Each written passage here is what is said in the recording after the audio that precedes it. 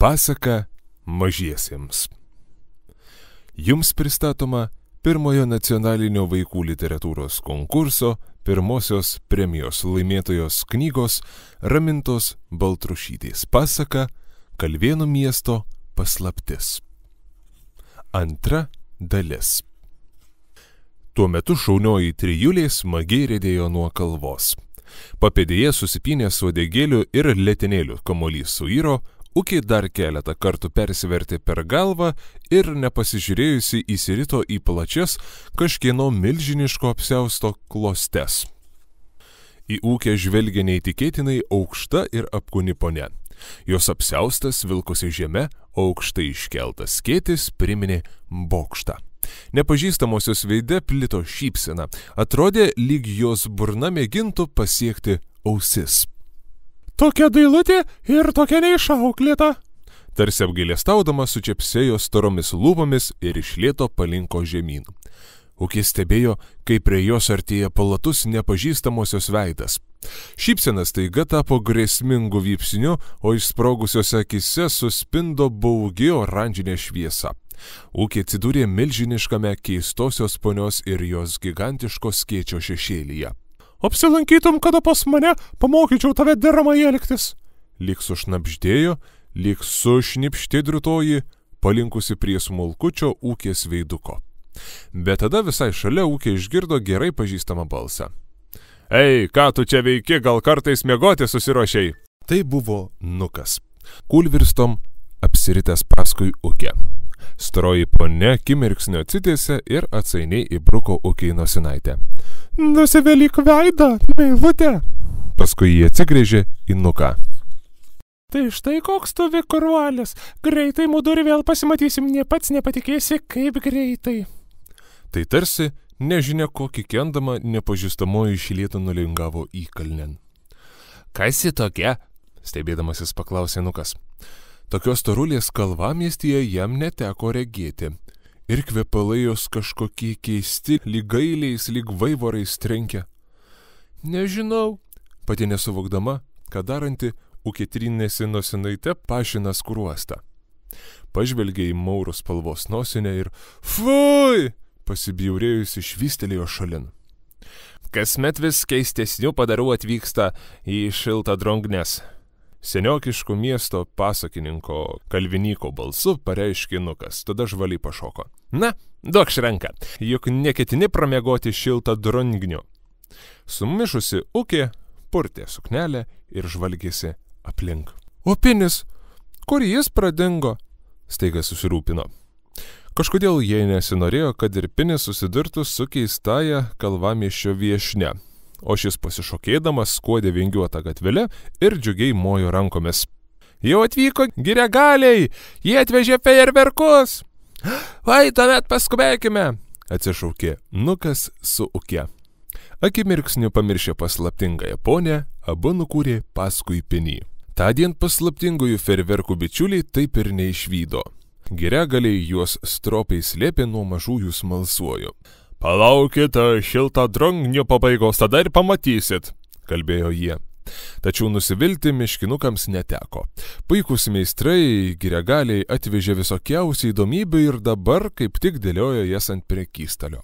Bičiuliai susidomėję apžiūrinėjo tošinius laivelius, iš smulkių šakelių nupintus lėlių namukus, šiaudinės lėles, nendrinės dūdeles, uosinius būgnelius, laidines ir daugybę dailutėlių daiktelių. Pinis įsigijo drožiniais puoštą laidinę ir toj pat išmėgino ją nusitaikydamas į ištrūkusią Nuko muselę. Ką tu darai, jį galėjai sužeisti? Pasipiktino Nukas ir vėl paslėpė augintinę kišenėje.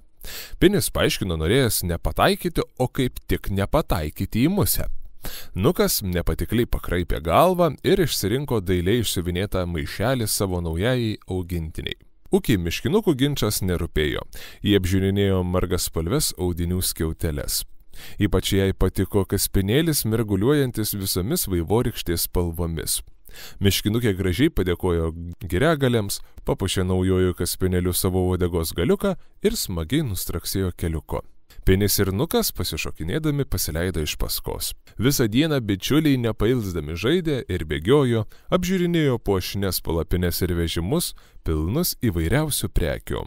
Pagaliau atėjo vakaras ir Kalvamiesčio pašlaitėje išsirikiavo visos girios giminės. Miškinukai sugiedojo girių giesmę. Jie prasidėdavo šiltadrungnės nuo netmenamų laikų. Šią giesmę miškinukų protėviai girdėjo jau tada, kai po ledynmečių čia sužaliavo pirmieji jaunuolynai. Ūkiai be galo patiko ta giesmė. Tai vos girdima, lyg šnabždesys, tai vis garsesnė kylanti iki pat aukščiausių medžių viršūnių.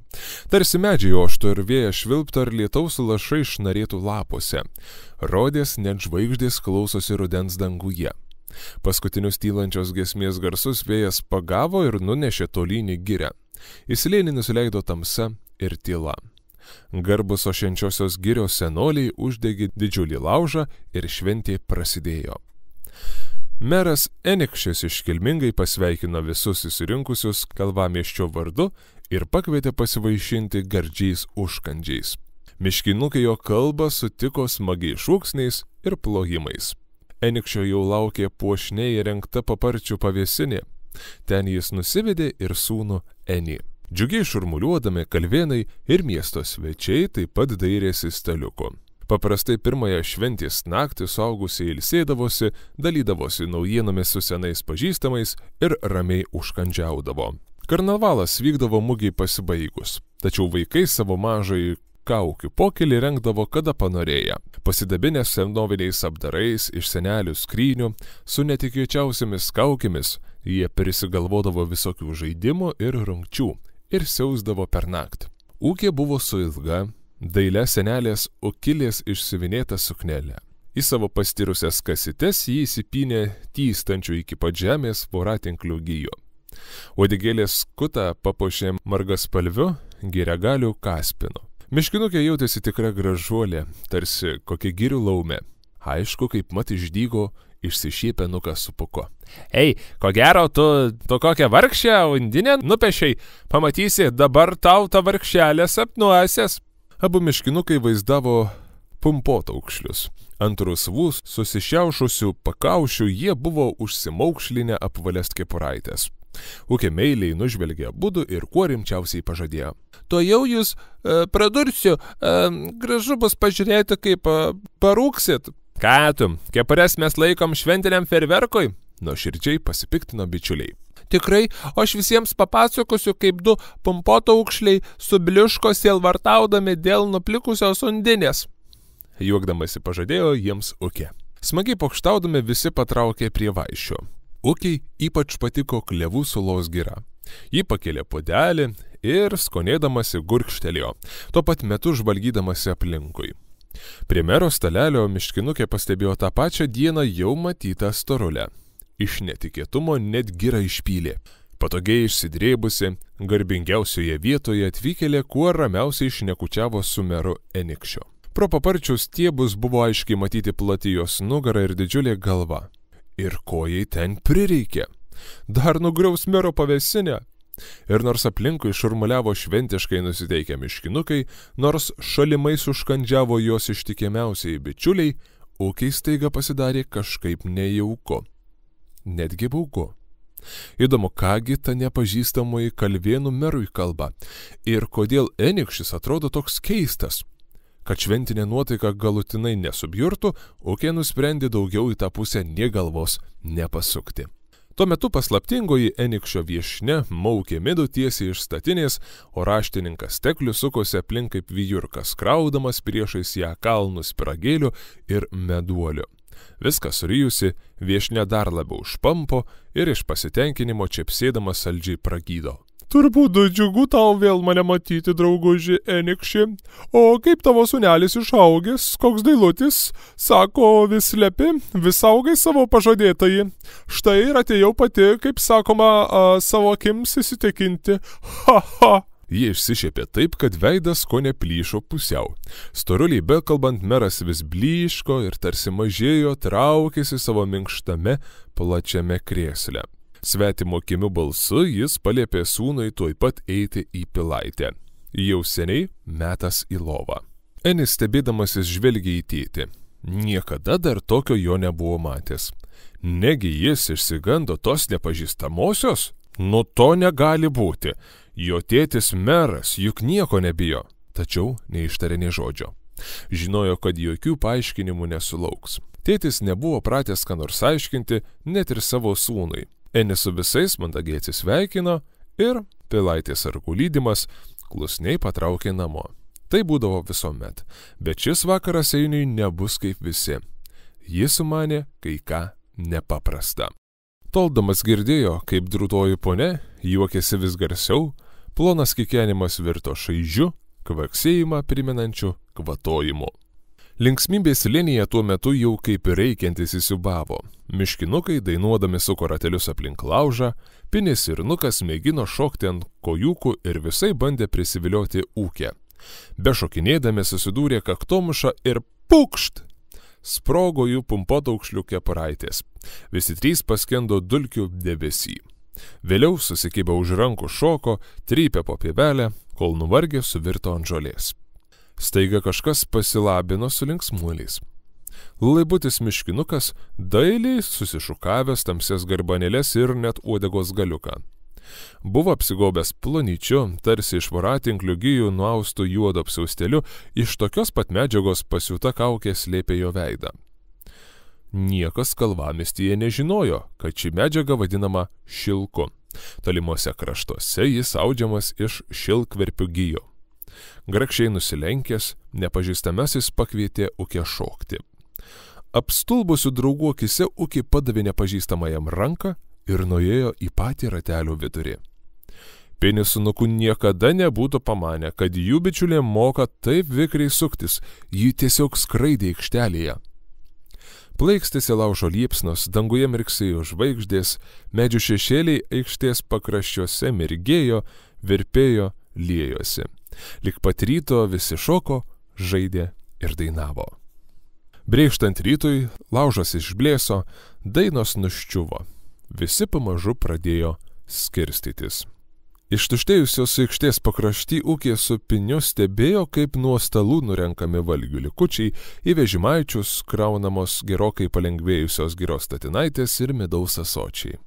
Nukas jau anksčiau visiems palinkėjo labanakt ir labadien ir patraukė namo.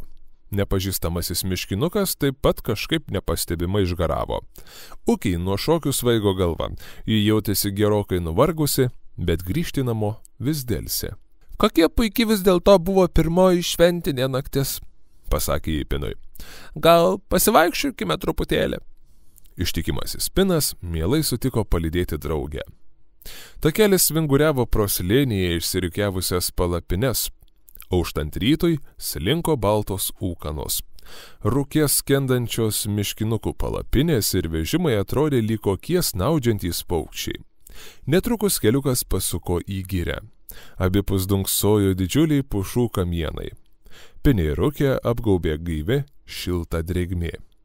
Tvyrojo tyla ir ramybė.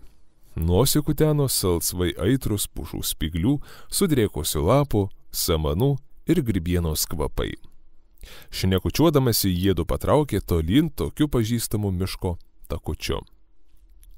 Staiga tarp medžių tyliai suskambo švelnus skambalėliai. Ūkė papurtė galvą. Kurgi jie atsidūrė? Gal nejučia užsnūdo bebraidydama po paryčio girę? Besisklaidančiame rūke jį išvelgė liaunų pušaičių kamienus.